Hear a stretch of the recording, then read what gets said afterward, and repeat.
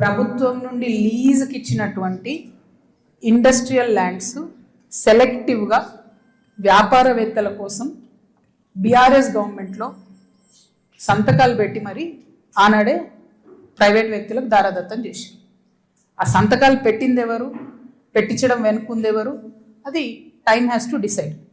Congress government ఏంది, చాలా ఆరోపణలు చేస్తున్నారు.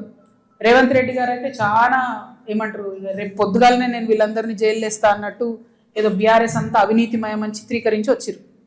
ఆయన ఎక్కడ ఏం చేయట్లేదు. ఎందుకు చేయట్లేదు? బీఆర్ఎస్ వాళ్ళు వేసినటువంటి దొంగదారులను కాంగ్రెస్ రహదారులుగా మారుస్తుంది. వాళ్ళు ఎవరైతే ప్రైవేట్ వ్యక్తులకు ఇచ్చిరో మళ్ళీ అదే కంపెనీలతో వీళ్ళు అండర్స్టాండింగ్ పెట్టుకుంటారు, వాళ్ళతో మాట్లాడతారు. అంటే రేవంత్ రెడ్డి గారి పరిస్థితి ఇప్పుడు ఎట్లుందంటే, అప్పుడే కప్పం తిన్న పాము ఎట్లుంటుంది, కడుపు నిండింది, నేను సీఎం అయినా, అవినీతి అయితే నాకేంది, రాష్ట్రం ఎటు పోతే నాకేంది, వాగ్దానాలు ఎటు పోతే నాకేంది అని చెప్పి ఆయన సైలెంట్గా ఉన్నాడు.